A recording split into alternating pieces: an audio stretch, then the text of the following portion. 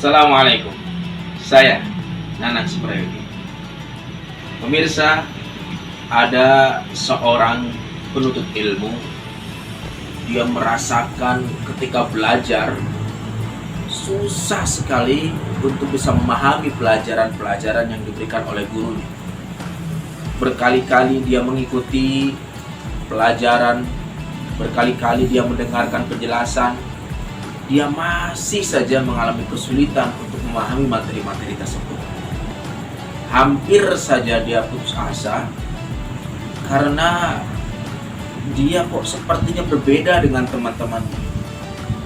Teman-teman yang lain cepat sekali memahami materi pelajaran yang diberikan oleh guru, sementara dia harus berulang-ulang.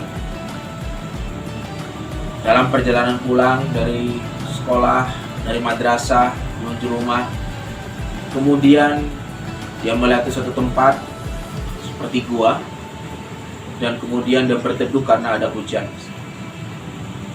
Kemudian dia melihat di gua tersebut ada tetesan air yang terus-menerus jatuh mengenai batu yang ada di bawah. Awalnya dia melihat biasa saja, namun lama-kelamaan dia mendapatkan inspirasi. Oh, ternyata batu yang besar dan keras itu berlubang karena tetesan air yang terus-menerus mengenai batu.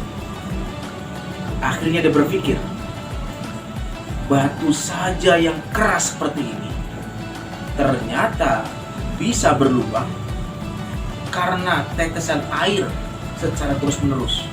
Padahal tetesan air itu sebetulnya tidak keras, lembut. Begitulah air. Namun karena dilakukan secara terus-menerus, akhirnya batu besar dan keras itu bisa berlubang karena tetesan air yang lembut. Begitulah. Dia kemudian merasa bahwa selama ini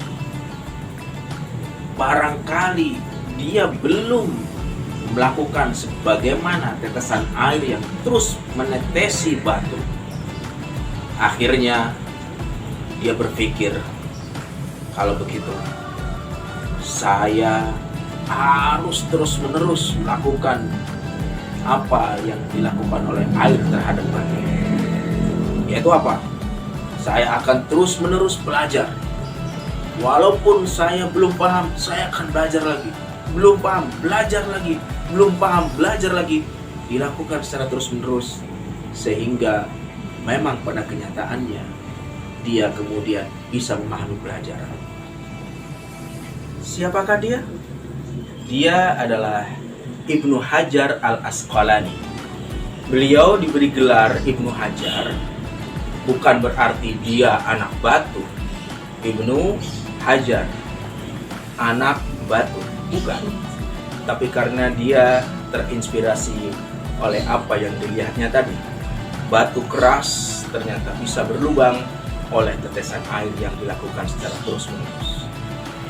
Ibnu Hajar ini bahkan dalam cerita berikutnya dikenal sebagai ulama yang sangat luar biasa, mampu menulis berbagai macam karya-karya yang sangat hebat yang hingga saat ini masih dijadikan sebagai kitab-kitab rujukan. Salah satu kitab yang sangat terkenal karya beliau adalah kitab Fathul Bari. Kitab tersebut menjelaskan tentang hadis-hadis yang ditulis oleh Imam Bukhari. Jadi dari kisah Ibnu Hajar Al-Asqalani tadi kita bisa mengambil hikmah bahwa sekeras apapun itu masalah, problema, atau orang yang kita hadapi, kalau kita dekati dengan kelembutan, dilakukan secara terus-menerus, insya Allah bisa tembus. Termasuk juga ada hikmah tentang istiqamah. Kita lakukan secara terus-menerus, insya Allah usaha tersebut akan mendapatkan hasil. Dari Ibnu Hajar Al-Asqalani kita bisa mengambil hikmah bahwa kelembutan yang dilakukan secara terus-menerus bisa melubangi, bisa mengatasi batu yang keras. Demikian, semoga bisa menginspirasi. Salam.